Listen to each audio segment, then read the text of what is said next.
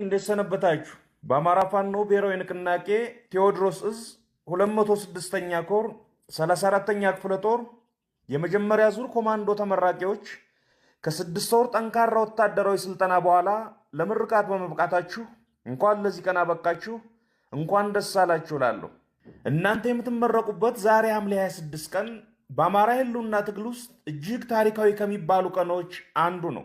ሐምሌ 26 2015 ዓ.ም የባሶ ሊበን፣ የደብረ ኤልያስ፣ የአዋበል፣ ያነደድ፣ የጎዛመን እና የደብረ ማርቆስ ጀግኖች በተቀናጀ አኳኋን ተወርውረው ደብረ ማርቆስ ከተማን በቁጥጥር ስር በማድረግ የጠላትን መዋቅር ፍርስርሱን ያወጡበት ቀን ነው። የፋኖ የተደራጀ ህልውና ትግል ድፍን 3 ዓመት ሆኖታል። በእነዚህ 3 ዓመታት ውስጥ ለቁጥር የሚታክቱ አውደ ውጊያዎች ተከናውነዋል። ቃላት የማይገልጻቸው ጀግንነቶች ታይተዋል። ብዙ ግዙፍ ድሎች ተመዝግበዋል። ፋኖ በመላው አማራ ከሌሎች የጠላት ታጣቂዎች ውጪ የጠላትን 10 ሙሉ እዝ መክቶ ለወረራ በመጣበት ጉልበቱ እያንበረከከው ይገኛል። ይህ የታሪክ ገጾች የማያውቁት አዲስ ገድል ነው። በአማራ ልጆች ለዓለም የታየ አዲስ ክስተት ነው። በእነዚህ ዓመታት አንድም ቀን ሳንዋጋ፣ አንድም ቀን ሳናሰለጥን፣ አንድም ቀን ሳናደራጅ፣ አንድም ቀን ሳናስታጥቅ ውለን አናውቅም።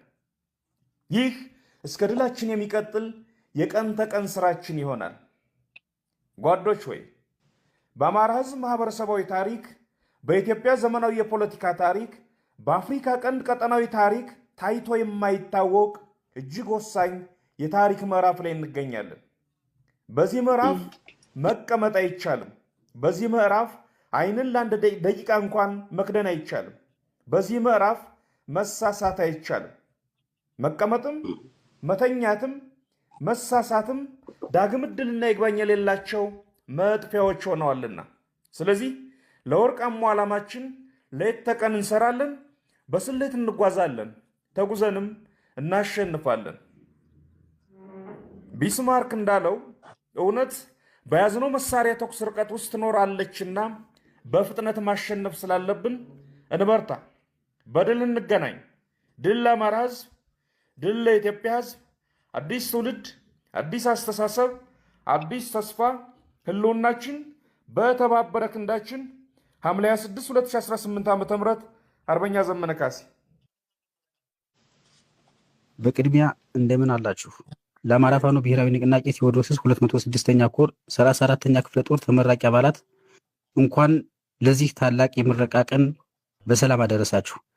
የተከበራችሁ የድርጅቱ አመራሮች፣ የተከበራችሁ የኮር አመራሮች፣ የተከበራችሁ የክፍለ ጦርና የሻለቃ አመራሮች እንዲሁም አባላት፣ ጥሪ የተደረገላችሁ እንግዶች እንኳን ለዚህ ፕሮግራም በሰላም አደረሳችሁ።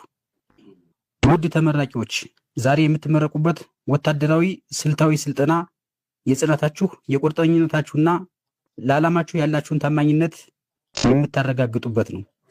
በረሃውን፣ ቁሩን፣ ዝናቡንና ተራራውን ፈተናውን አልፋችሁ ለዚህ የፋኖነት ክብርና ማዕረግ በመብቃታችሁ ታላቅ ኩራት ይሰማናል።